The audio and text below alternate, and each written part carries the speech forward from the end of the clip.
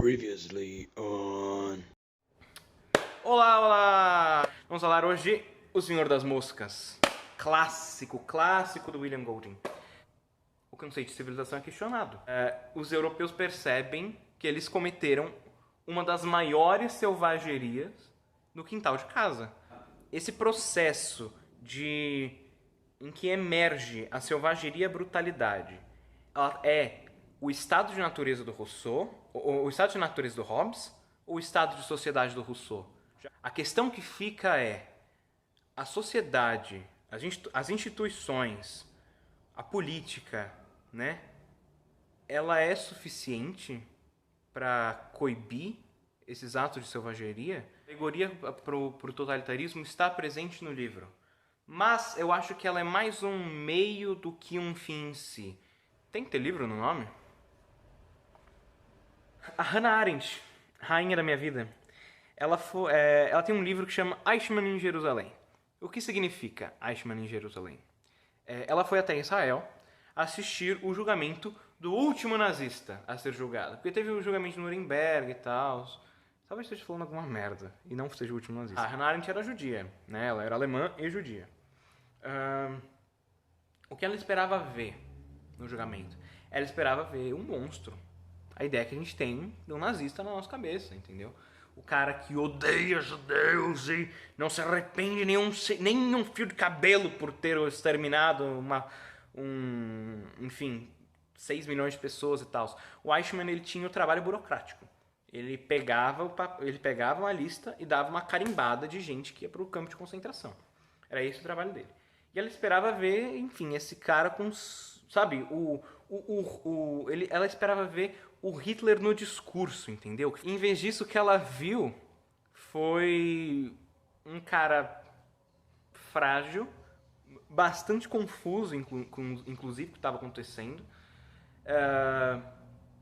que falava, sabe, retraído, quase sussurrando, quase com medo, e que quando falava, né, do papel dele, né, na participação do envio dos judeus para o campo de concentração, não tinha raiva. Não tinha nem, tipo, né, a amargura do tipo, ai, olha o pecado que eu cometi, sabe? Não tinha nem arrependimento, mas também não tinha aquele prazer sádico de um serial killer revivendo, sabe, os crimes. O que ela viu foi um cara que é como se ele estivesse contando um dia de trabalho, ou então um dia que ele foi caminhar com um cachorro. O Eichmann de Jerusalém ele tem um tema mais específico, que é a questão da banalidade do mal. Ela tenta entender como movimentos políticos, principalmente totalitários, contextos socioculturais, burocracia, o ímpeto de participar de grupos e de integração faz com que o ser humano abra mão voluntariamente da sua humanidade. Humanidade no sentido mais cristão mesmo da palavra, enfim, de caridade, de amar ao próximo, esse tipo de coisa. Que, enfim, as partes boas do cristianismo, não é mesmo? E é claro que, apesar dela começar, né, ela partir dos governos totalitários, essa reflexão se expande para outras coisas. Por exemplo, a gente percebe isso também nos Sertões. Os Sertões, que foi escrito nem sei quantas décadas antes da Hannah Arendt falar sobre a banalidade do mal. Está presente lá no livro o exército brasileiro não só exterminando os sertanejos, como degolando prisioneiro político. Entendeu? Prisioneiro de guerra. É um negócio absurdo. Os meninos vivem sob o contrato social, certo? É uma constituição muito básica, mas por assim dizer, é uma constituição simbólica. A concha, quem detém a concha tem o poder de falar, certo? São regras muito básicas, mas são regras num contrato social democrático, certo? E dessa forma eles tentam sobreviver. Tudo tá muito bem, tudo tá muito ótimo, e aí daí os meninos começam a divergir, porque, enfim, conflito social, e aí tem um povo, né, um povinho lá, que começa a questionar esse pacto, que são os meninos do coro, encabeçados pelo Jack. Juntamente com essa ebulição, né, tem uma criação de uma realidade fictícia. A Hannah Arendt fala isso. Origens do totalitarismo, ela fala que uma das coisas elementares do governo totalitário é a criação de uma realidade fictícia. Ou seja, é uma realidade que obviamente não existe, mas que as pessoas acreditam que existe, e essa realidade inventada, ela justifica vários dos atos políticos. Então, e a criação dessa realidade fictícia na ilha é representada pelo surgimento da besta, do monstro, né? E esse grupo dissidente, né, dos meninos do coro, eles não só adotam essa realidade fictícia, eles realmente acreditam nisso, porque isso também é uma questão. A Hannah Arendt também fala na origem do totalitarismo. A questão não é simplesmente criar uma realidade para as pessoas acreditarem. As próprias pessoas que criaram têm que acreditar, entendeu? Tipo, elas realmente acreditam naquilo. Você vê, por exemplo, quando o Jack coloca a cabeça do porco como um sacrifício, né? Enfim. Então os meninos do coro, eles não só adotam, como eles começam a acreditar naquilo, como eles inclusive estimulam, né? Eles ficam botando lenha na fogueira, eles ficam botando pilha nos meninos, pra, o monstro vai pegar, esse tipo de coisa. E daí chega o Jack, né? O grande líder Jack. E ele chega com a promessa de que ele não só vai lutar contra o monstro se precisar, ele não só promete apaziguar essa realidade fictícia, como ele também apresenta a possibilidade da facilidade, né, do bem viver do personalismo. O personalismo é essa coisa que a gente conhece muito bem no Brasil. Tem uma figura que é messiânica, e esse Messias vai vai consertar todos os problemas da sociedade, e todos os problemas políticos, e todo mundo vai viver bem. E por que o personalismo é tão atrativo para muitas pessoas? Porque ele te exime de trabalho. Você não tem que pensar, você não tem que fazer nada. O máximo que tem que fazer é obedecer aqui e ali e deixa que a gente toma conta das coisas, entendeu? É muito confortável o personalismo. E o Jack apresenta essa possibilidade. E daí a massa... E eu não me refiro à massa boa, né, da teoria da Rosa Luxemburgo ou do Gramsci. Eu tô falando da massa má, a massa apolitizada, sem consciência de classe, esse tipo de coisa, da Hannah Arendt, que é uma massa disforme, entendeu? Ela é representada no livro pelos meninos, em geral, e principalmente pelos meninos pequenos. Porque, enfim, a maioria das pessoas que estão lá no grupo do Jack, elas não odeiam os outros. Elas não odeiam exatamente o Ralph e o Porquinho, por exemplo. Ou os meninos que continuaram com o Ralph e o Porquinho. Elas não estão lá por ódio. Beleza, o Roger e o Jack, sim, eles odeiam, eles querem exterminar. Os outros, eles só querem brincar de caçador, eles só querem comer carne, entendeu? Eles querem aproveitar a vida, eles querem fazer parte daquele grupo. E o Jack se aproveita disso. Os movimentos totalitários são movimentos de massa, só que são dessa massa apolitizada, que se deixa levar pelo personalismo.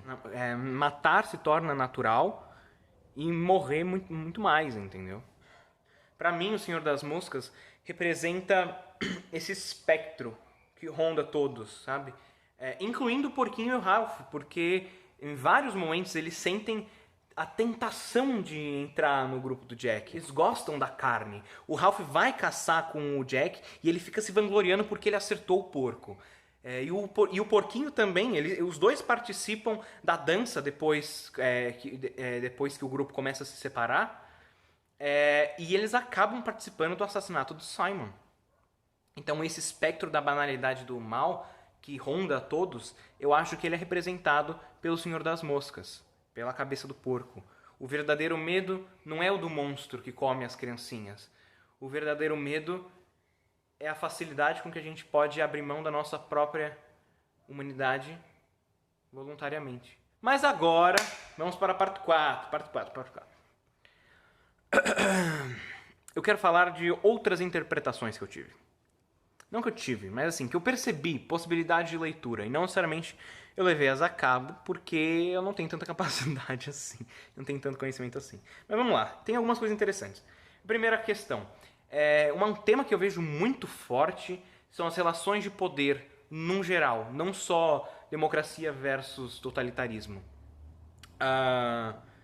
E essa leitura, ela é baseada em Foucault. Por que eu falei que eu não levei a cabo? Porque eu não tenho tanto conhecimento assim de Foucault.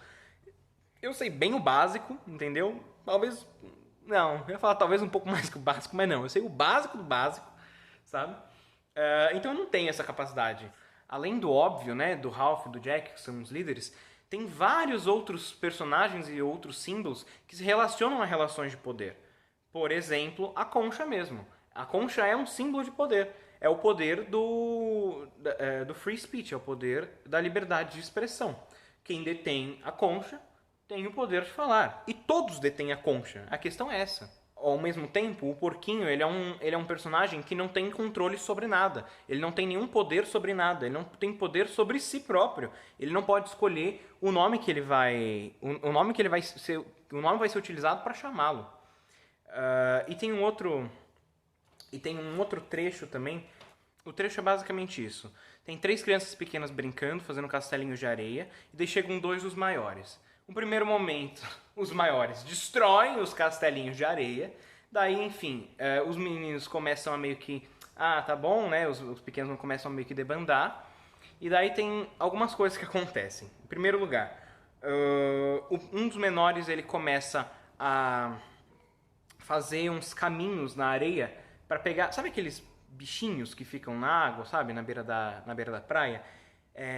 Ele começa a controlar o caminho que esses bichinhos vão fazer. Ou seja, enfim, na incapacidade de controle dele, né, sobre os outros meninos, ele começa a tentar controlar os bichinhos. Então, tipo, essa coisa de sempre tentar a busca de poder sobre algo. Ao mesmo tempo que ele está fazendo isso, um dos meninos maiores começa a jogar pedras nele. Na verdade, ele joga em volta, ele não quer exatamente acertar o menino. Mas ainda assim, é uma cena que é incrivelmente tensa, porque você fica, caralho, ele vai acertar o menino mesmo, ele vai acertar o menino. E daí, tipo, ele vai jogar, sabe? E fala muito da tentação que ele tem de tacar pedra na cabeça do menino. Então tem isso também, sabe? Tipo, ele fazia isso porque ele se sentia poderoso jogando essas pedras e não acertando de propósito. E daí logo em seguida, isso é tudo a mesma cena, é uma cena seguida da outra. E logo em seguida, um dos outros meninos menores que estavam brincando bate no outro. Ele bate no outro porque, enfim, ele era até menor do que o outro menino, mas ele era mais, sabe, aquele menino casca grossa, sabe? Ele vai lá e bate no menino. Então você vê que tem essas várias relações de poder, né, que estão entremeadas no livro, em várias cenas e tal. Então, Foucaultianos, fiquem à vontade de interpretar melhor do que eu, porque eu não tenho tanto conhecimento assim. Outra possível interpretação que eu percebi foi com relação à masculinidade, especificamente masculinidade tóxica. Porque assim, eu não vi ninguém comentando sobre isso, mas tem uma constante de símbolos fálicos nesse livro. Assim, são vários. Tem lança, tem faca, né?